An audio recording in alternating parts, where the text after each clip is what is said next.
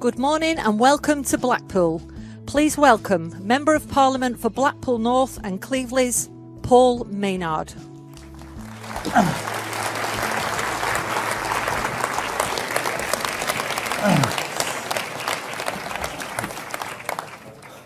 Well, good morning, everybody, and welcome back to Blackpool. And welcome to Blackpool. I've been waiting 15 years for you. You've moved into the spot, and now you're all here, and it's fantastic. I'm joined by someone who needs no introduction, Rishi Sunak, Chancellor of the Exchequer. Now, Rishi, I know it's your first conference. Well, good morning, everybody, and welcome back to Blackpool. I've been waiting 15 years for you. You've moved into the spot, and now you're all here. The sun's shining. That's a fantastic start. Thank you very much. It's great to be back here. Everyone's having a fantastic time, as far as I can tell, this morning. I know it's your first conference. I'm looking at you. You know what we would.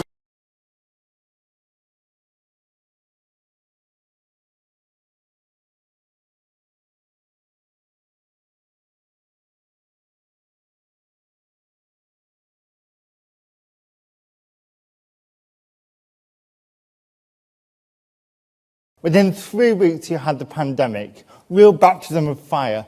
Tell us what it was like within that Treasury bubble. Well, I got the job, middle of February, you're right. And actually, at that point, I had a budget to do in 3 weeks.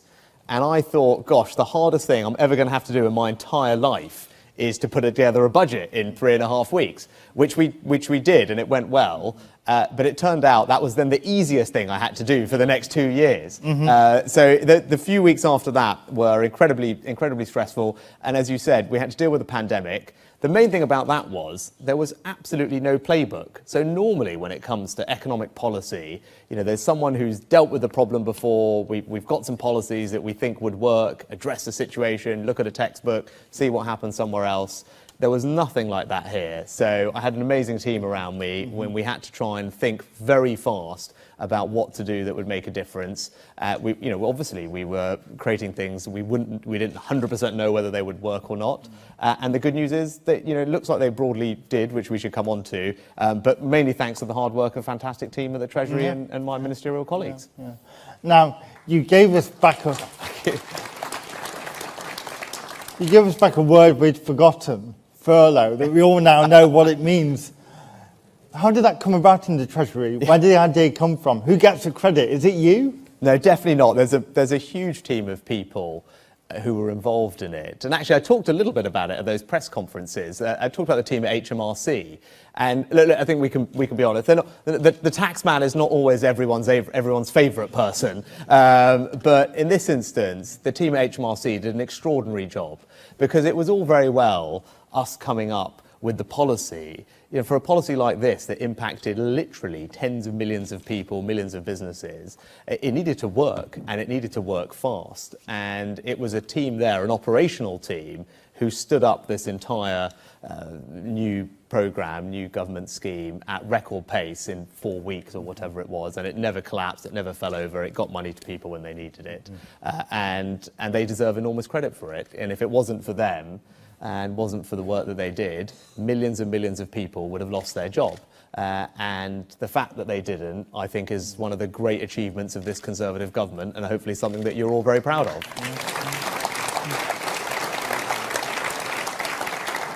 So you've had the pandemic, you've had disruptions to supply chains, we've now had the invasion of Ukraine. It's one thing after another. Yes. Now, I know as a minister, you need the time to take a step back, look at the overall perspective. How do you create that time amidst so much going on? Yeah, no, you're right. It has been a little bit, for all of us actually, the Prime Minister more than anyone, just crisis to crisis, it feels like that, which isn't great. I mean, it's not great for any of us. But, I think the thing that we all have, and you have this as well, you have it here, is unlike almost any other political system, other than the ones that are modelled on ours, we have a link to our constituencies.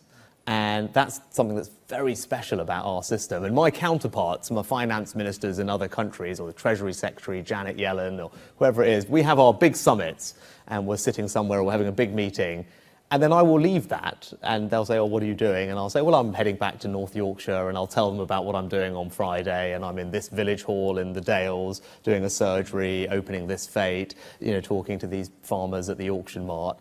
And that's something that they find just incomprehensible, but actually is such a wonderful part of our political system. And it's great for me because it gets me out of Westminster. I'm there with my constituents. And that grounding, I think, gives you brilliant perspective, particularly because they're straight-talking Northern Yorkshire constituents, which is very helpful, hopefully some of you here. And I think that's great for all of us, actually, as ministers. So it's a good thing that we have that. Now, I know when I sit in the chamber, I sit right at the back, on the back row, often looking very grumpy if you see it on TV. I watch you in there and you exude a calm competence, nothing ruffles you, you sail the noise. Is that the real Rishi, or is there pressure being felt underneath? How do you cope with, you must surely feel the pressure. It's a good thing my wife's not here, actually. You get the real story. But, part of my job is to make sure that I can project reassurance to the country. And, that's part of my job. I'm the person responsible for the country's finances, for the economy, and on your behalf, on the government's behalf, I think people look to me to give them that reassurance. They want to know that this Conservative government and their Conservative Chancellor has got a grip of the situation. And yes, things are tough at times, as they were during coronavirus, but they want someone to tell it to them straight and let them know that we've got a plan and that we're going to be on their side, help them get through it, and we'll emerge stronger on the other side. So, it's part of my job to do that, whether I feel it or not inside. But one thing I've found over the past couple of years is, I think people respect honesty. And particularly if things are going to be difficult, actually, I'd much rather be open with people about that. And I tried to do that right at the beginning of the crisis. I remember I did an interview. It was on my 40th birthday, and I'd had the job a couple of months. It was my first big interview with Laura Koonsberg from the BBC, and we were sitting down. And I said in that interview, I'm not going to be able to save everyone's job, actually, and people are going to lose their jobs because of what's happening. And it was the first time anyone had acknowledged that. But I thought it was better to be honest with people about it, but then say, look, this is all the things we're going to do to help people. We're going to help find them new jobs. We're going to make sure they're well paid, give them the skills and the training they need. And I think that approach, even though it might sound a bit counterintuitive, is one that people respond well to. So that's what I try and do. Now, you mentioned Laura Koonsberg. I rather fancy myself as the next Laura Koonsberg. So I've got to ask the really difficult questions that politicians don't want to have to answer, want to dodge, certificate dodge this. Chancellor, how do you relax?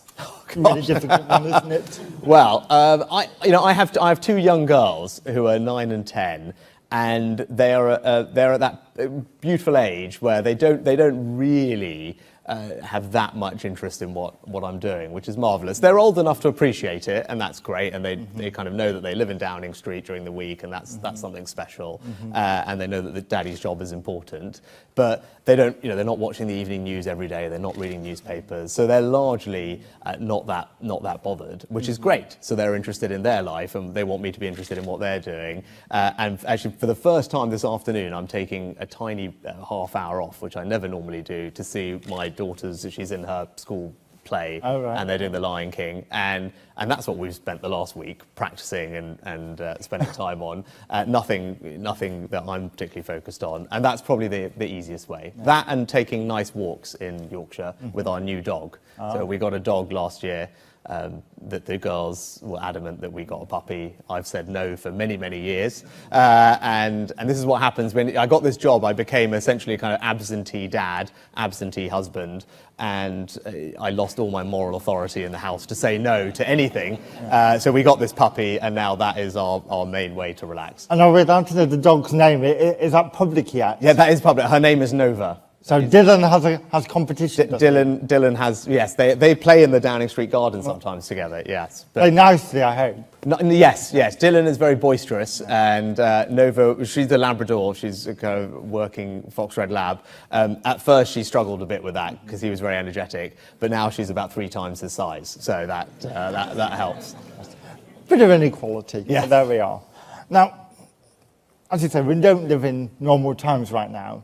As Chancellor, you've had to take some quite difficult decisions, counterintuitive for many Conservatives. We've had to, grit our teeth, just think, this is difficult. How has it felt to you? How has it sat with you having to make some of these really difficult decisions for Conservatives? Yeah, it's been really tough, and obviously you were kind not to mention the word, but the word you meant was tax, right, Paul? I never say that word.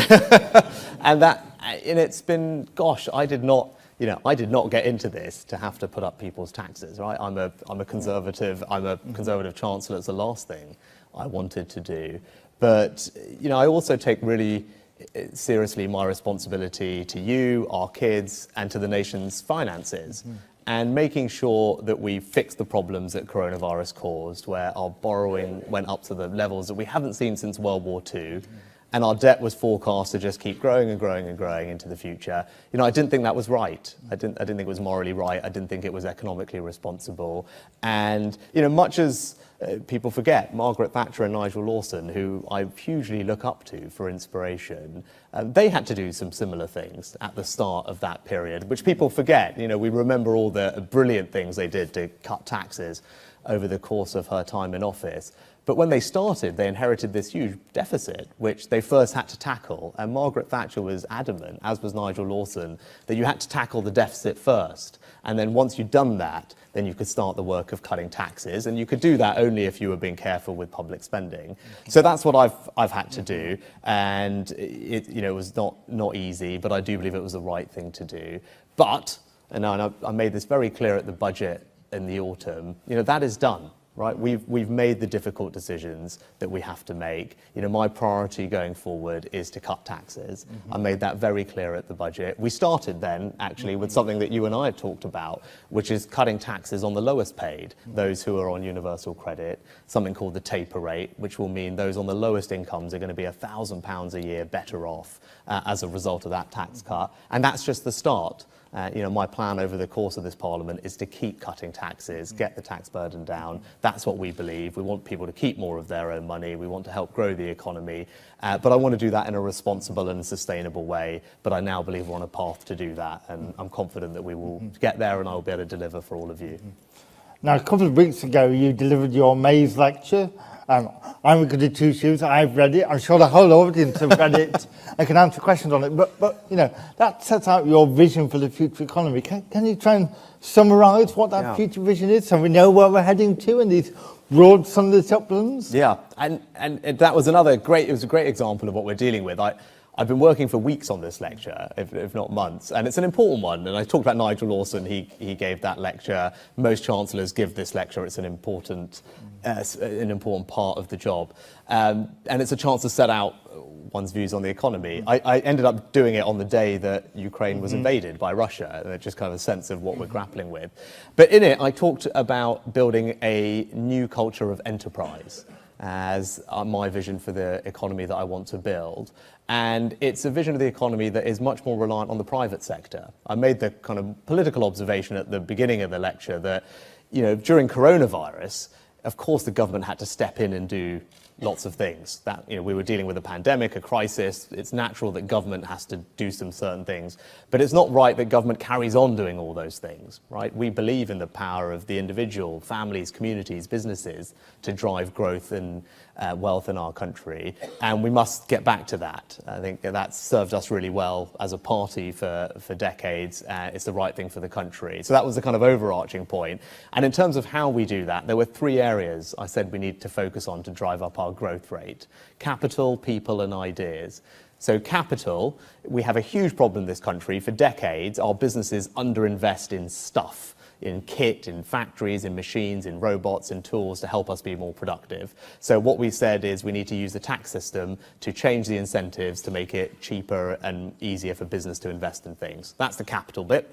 The next bit is people. Again, one of our problems in this country is we underinvest in training, right? We've got 80% of our future workforce already in work. Our 2030 workforce, imagine that, all those, decade ahead, they're all 80% of them already in work, yet we're hugely underskilled relative to most other countries for technical education, and we underinvest in improving it. So we need to, again, look at the tax system to find ways to improve that, whether it's apprenticeships or other things. And then the last thing was innovation, ideas.